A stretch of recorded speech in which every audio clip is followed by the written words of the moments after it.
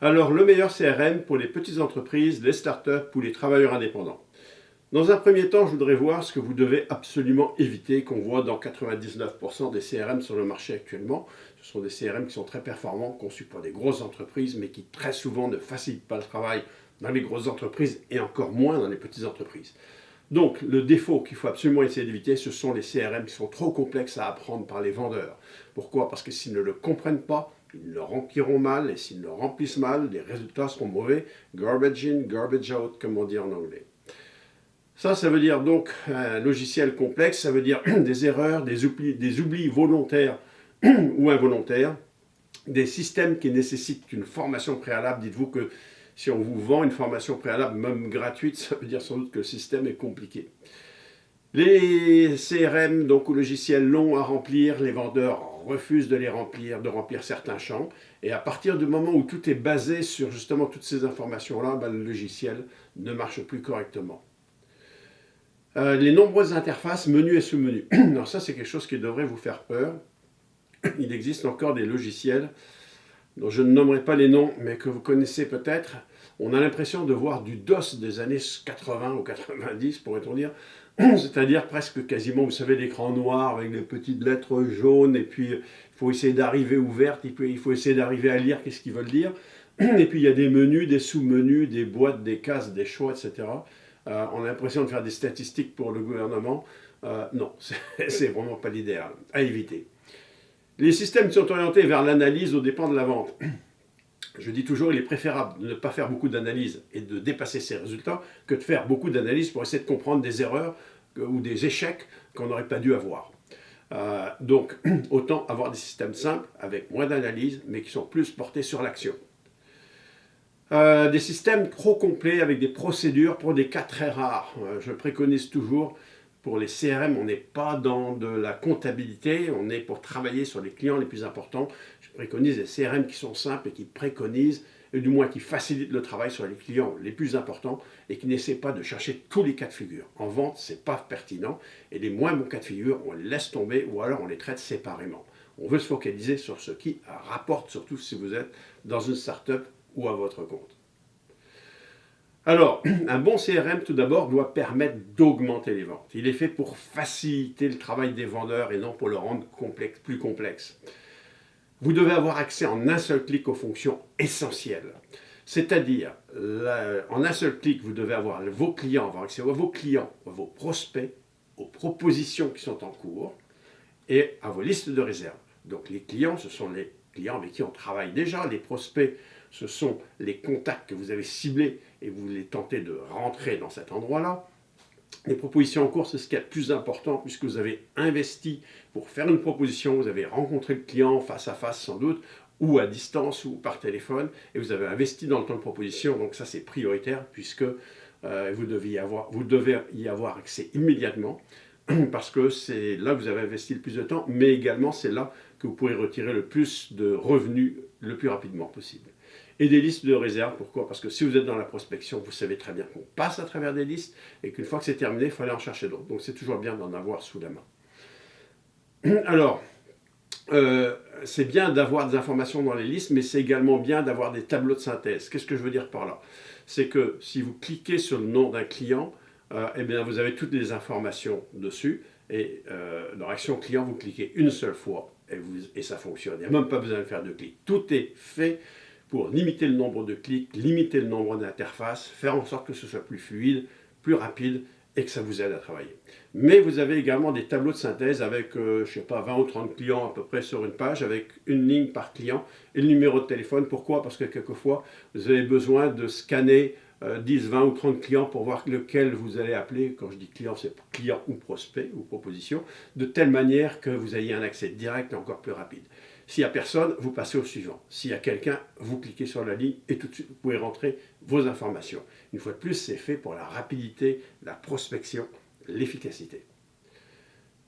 Vous devez également être capable d'améliorer l'expérience client. Pourquoi? Eh bien, parce qu'un bon CRM vous permet d'avoir accès immédiatement à toutes les informations du client. Quand je dis toutes les informations du client, c'est les informations du client à partir du moment où il vous a donné son nom. Évitez les systèmes épouvantables qu'on voit encore quasiment partout, où on vous demande quel est votre numéro de client, quel est votre numéro de folio, quel est votre numéro de facture. On n'est pas un numéro. Alors oui, ça se fait dans certains services éventuellement administratifs, mais normalement on est capable de personnaliser. Alors vous allez me dire, si j'ai plusieurs centaines de milliers de clients, il y en a plusieurs qui ont le même nom. Oui, mais j'ai jamais vu deux clients qui avaient le même nom, qui habitaient au même endroit. Donc vous demandez l'adresse dans ces cas-là, ou le code postal pour commencer. Ce qui est important également, c'est que ces informations-là, vous les ayez immédiatement. Parce que vous le savez très bien, quand vous appelez certains services, l'agent vous dit, bah écoutez, mon service est lent aujourd'hui, ah, il a gelé, ou alors laissez-moi, je vais essayer de rechercher les informations. Non, ça va être rapide et idéalement immédiat. Les informations clés sont les suivantes, c'est les achats de produits et de services qui ont été réalisés par le client. Pourquoi? Parce que ça va vous permettre de voir qu'est-ce qu'il recherche et quelles sont ses habitudes et ses préférences. Donc les habitudes du client, vous allez pouvoir les voir également dans le dossier en fonction des achats qu'il a fait, des services qu'il a pris, ou alors éventuellement des notes que vous avez prises dans son dossier. Ses motivations et ses préférences, parce que vous voyez, il y a toujours l'aspect technique des choses, mais dans la majorité des CRM et ce que font les vendeurs également, ils s'accrochent à l'aspect technique, c'est-à-dire à qu'est-ce que le client a recherché. Plus important que ce qu'il a recherché avant, parce que vous savez, les choses évoluent, ce qui est important, c'est de connaître ses motivations, ses préférences, pour pouvoir lui proposer un service personnalisé, pourrait-on dire, ou des produits personnalisés par rapport à ce qu'il recherche généralement. Donc, comme je le disais, ce qui est important, c'est de pouvoir rentrer facilement dans les données tout en discutant avec le client pour éviter ce que vous voyez régulièrement aussi, des agents qui vous disent bah, « écoutez, mon système est compliqué, donc si vous me permettez, je vais vous mettre en attente de telle manière que je puisse aller chercher les informations. » Désolé, mais c'est ridicule. C'était normal dans les années 90, peut-être au tout début de l'ordinateur, mais plus maintenant. Évitez donc les sous-menus et autres, ça devrait se faire naturellement. Donc, ce qui est important, c'est que le CRM soit ergonomique, orienté vente et orienté surtout facile d'utilisation pour la personne qui l'utilise. Vous devez pouvoir l'utiliser à partir d'un téléphone intelligent parce que si vous allez sur la route, si vous avez créé votre entreprise, eh bien vous allez rencontrer vos clients et vous allez être capable de rentrer les données soit à partir de votre tablette, de votre ordinateur ou éventuellement de votre téléphone intelligent. Ce n'est pas ma préférence, le téléphone intelligent, mais il y a beaucoup de jeunes qui adorent ça, qui sont aussi à l'aise sur un téléphone intelligent que sur une tablette ou un ordinateur. Peu d'interfaces et peu d'écran. Par exemple, pour Action Client, tout a été fait pour limiter le nombre d'interfaces et d'écrans. On a voulu même éliminer certaines fonctions pour simplifier le travail général des vendeurs pour la majorité des clients, mais pas forcément tous. Minimiser le nombre de clics pour obtenir une information, bien entendu. Avoir une barre de navigation horizontale flottante qui vous permet de vous diriger partout sur le site, quelle que soit la page sur laquelle vous vous trouvez. C'est ce qui a été fait également sur Action Client, de telle manière que où que vous vous trouviez sur le site, eh bien vous avez tout de suite la possibilité d'aller cliquer sur cette barre de navigation-là immédiatement et c'est toujours visible. Ce qui explique la raison pour laquelle, quand vous cliquez sur un client ou un prospect, c'est un pop-up qui s'ouvre, mais par contre la page est toujours par derrière, avec la barre de navigation horizontale pour que vous puissiez arriver n'importe où immédiatement. Donc, on ne veut pas de petites pages grises, vous savez, avec des petites cases partout à remplir, et puis tout d'un coup vous voulez vous appuyez sur enregistrer, puis ils vous disent ah ben non, vous n'avez pas tout rempli. Pourquoi? Parce que vous avez oublié le code postal, vous avez oublié ceci, vous avez oublié cela, vous avez oublié l'âge. On n'en veut pas. Laissez ça à vos concurrents, c'est très bien qu'ils aient ça. Utilisez quelque chose de facile, qui ne va pas vous bloquer que vous aurez oublié ou que vous n'aurez pas voulu rentrer quelque chose, et puis laissez ça à vos compétiteurs.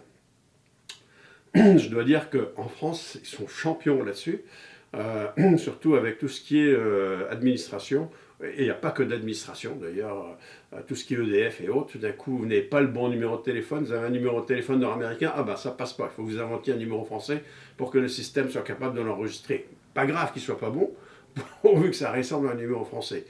Même chose pour le code postal, vous mettez un code postal nord-américain, ça ne fonctionne pas. Donc tout ça, ça a été fait par des polytechniciens sans doute, qui pensent qu'il n'y a qu'un seul pays dans le monde, c'est la France. Mais ils oublient qu'il y a d'autres personnes et qu'il y a des Français qui vivent également à l'étranger. Eh bien, vous savez quoi? Ce qui est vrai en France, c'est également vrai dans d'autres pays, et pour certains gros logiciels nord-américains ou américains tout simplement, qui sont conçus un peu de la même manière. Ou alors, c'est peut-être un peu plus pernicieux parce que le système n'est pas bloqué, mais au moment où le directeur des ventes va tenter de retrouver ses statistiques, il va voir que ça ne fonctionne pas parce que les gens n'ont pas rempli la chose. Et ensuite, pendant la réunion des ventes, 80% du temps, ça va être pour admonester les vendeurs qui n'ont pas bien rempli leur CRM, alors qu'en fait, c'est parce qu'ils ont un outil qui est désagréable et éventuellement un mauvais outil. Alors, ce qui est important, c'est que plutôt que d'avoir des pages grises avec des petites cases, comme je vous disais, c'est d'avoir une présentation qui soit blanche avec des couleurs attrayantes, du moins avec des couleurs agréables et une esthétique surtout, une esthétique du jour, quoi. Alors, les caractéristiques clés maintenant. C'est important d'avoir les propositions en cours, c'est ce qui est le plus important parce que c'est là que vous avez investi le plus et c'est ce qui peut vous rapporter le plus. Bien entendu, quand la proposition a été acceptée ou refusée, vous retirez votre client de là et vous le remettez dans la catégorie qui est importante. Les clients, idéalement, doivent pouvoir être classés par catégorie A, B, C. Je m'explique. Les clients A, ce sont les clients 20-80, les 20% des clients qui vous rapportent 80% de vos revenus. Les B, normalement, sont les clients qui vous rapportent, mais moins que les A, mais par contre qui ont un potentiel important. Pourquoi? Parce qu'ils sont chez vos compétiteurs pour la plus grande partie, donc il y a beaucoup de potentiel à aller chercher là. L'avantage, c'est qu'en plus, vous travaillez déjà avec eux, donc normalement, c'est moins difficile d'aller les chercher qu'autrement. De plus, si vous connaissez vos compétiteurs et que vous remplissez bien votre CRM, vous connaissez les points faibles des compétiteurs et vous pouvez attaquer les compétiteurs chez ces clients-là. Et enfin, les C, ce sont généralement, par convention, des clients qui sont plus petits mais qui peuvent grossir à un moment donné. Vous pouvez également créer des clients D si vous le voulez. En général, les clients D, c'est vraiment pas la priorité. Ce serait éventuellement le reste. Les prospects, on les classe généralement par ordre 1, 2, 3. 1 en fonction ce sont les plus importants, qui sont les plus faciles, dans lesquels ils sont les plus faciles à obtenir, pourrait-on dire. 2, ce serait des clients toujours avec fort potentiel, mais un peu plus difficile à rentrer. Puis les 3, ce seront des clients avec du potentiel, mais très difficile à rentrer. Ou alors, avec peu de potentiel, mais facile à rentrer. À vous de choisir les critères que vous désirez. Ou alors, vous avez la possibilité de les classer par phase de vente, c'est-à-dire que le client 1 est en phase 1 de prospection, le prospect 2, excusez-moi, est en phase 2 de prospection, c'est-à-dire que vous avez déjà eu quelques contacts avec lui, et puis le 3, vous êtes presque prêt à faire une vente. À vous de choisir le système qui est le plus simple. Action Client, par exemple, vous permet de choisir comme vous voulez. Alors qu'il y a d'autres logiciels qui sont très bien, très précis, mais par contre, vous avez 10 phases, par exemple, dans la vente. C'est bien beau pour une vente longue de logiciels ou de vente d'avions ou une vente de centrales nucléaires, je caricature, mais bon, vous avez des phases différentes qui s'étalent sur plusieurs mois, plusieurs années, mais dans la majorité des cas, ce n'est pas nécessaire. Voilà. Et pour moi, tant que la vente n'est pas faite, si on n'a jamais travaillé avec ce client-là, c'est un prospect, tout simplement. Prospect chaud peut-être, mais c'est un prospect. Alors, vous avez donc ces catégories de clients, et des catégories, excusez-moi, dans les clients et les prospects qui vous permettent de les classer par typologie. Exemple, tel client, lui, c'est des voitures BMW qu'il recherche, tel autre, c'est des Audi, si le concessionnaire fait les deux. Ou alors, pour les produits de beauté, eh bien, tel client, c'est quelqu'un qui va prendre, une cliente qui va prendre des soins pour la peau. Tel autre, éventuellement, ça va être du maquillage. C'est ce qu'on appelle, il y a la possibilité d'utiliser ce qu'on appelle les 3 axes pour ceux qui sont dans le domaine. Ou alors éventuellement en finance, l'un des clients ce sera plutôt pour de l'épargne, tel autre pour de crédit. Ça vous permet donc de les classer par catégorie et de les retrouver en fonction de la promotion que vous faites, de la campagne que vous faites, ou éventuellement des besoins que vous pensez être pertinents pour eux, parce que vous voyez par exemple qu'en taux de crédit, les taux augmentent ou diminuent, donc c'est pertinent de rappeler tous les clients en crédit. À vous de voir. Toujours bien d'avoir des listes de prospects en réserve. Pourquoi? Parce que quand on est dans l'action, on appelle, on est dans l'action, on est là pour contacter les clients. On ne va pas faire du tri de listes.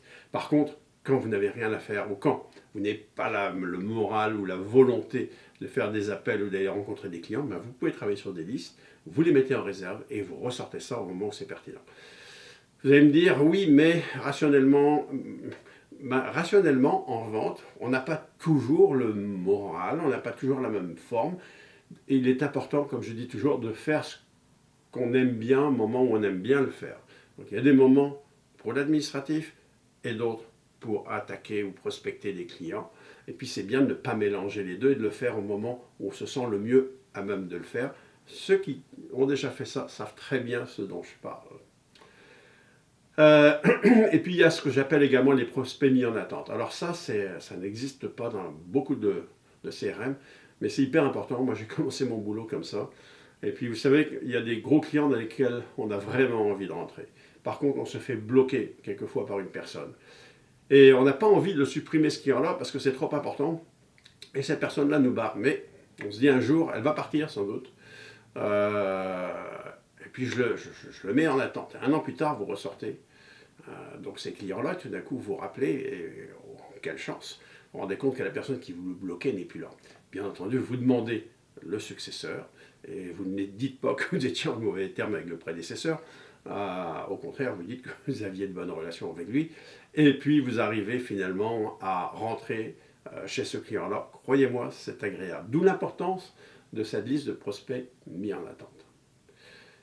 Alors maintenant, si on compare les CRM pour la vente, je dis bien pour la vente, pas pour toutes leurs fonctionnalités et autres, mais c'est très clair que le plus simple, c'est Action Client, le plus simple, le plus efficace, celui qui a été conçu par des vendeurs pour des vendeurs. Ensuite, vous avez Zoho à 91%, qui est pas mal orienté vente également. Salesforce qui est ici à 87%. Pourquoi? Parce que Salesforce est partout. C'est pas le plus facile, c'est pas le plus agréable à utiliser.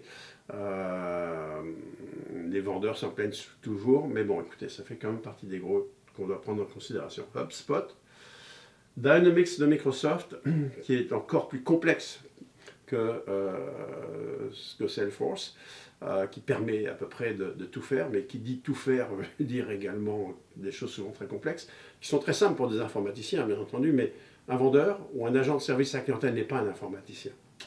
Et puis SAP. SAP sont toujours des systèmes qui sont très carrés, très, vous savez, à l'allemande, très bien, mais par contre, pas toujours très simple. Alors voilà, donc, mais les deux en vert sont ici, Action Client et Zoho. Pour terminer, le meilleur CRM, c'est celui dont on a du plaisir à se servir pour battre la compétition et se faire plus de commissions facilement. Moi je dis, on ne fait bien que ce qu'on aime bien, donc un bon CRM, c'est un bon outil dont on a le plaisir de jouer avec, pourrait-on dire, pour aller chercher ses clients. Et en bout de ligne, on se fait plus d'argent dans les poches et en même temps, surtout, on a le plaisir de battre des compétiteurs en espérant qu'eux-mêmes soient avec un mauvais CRM très compliqué. Là-dessus, je vous souhaite de très belles ventes.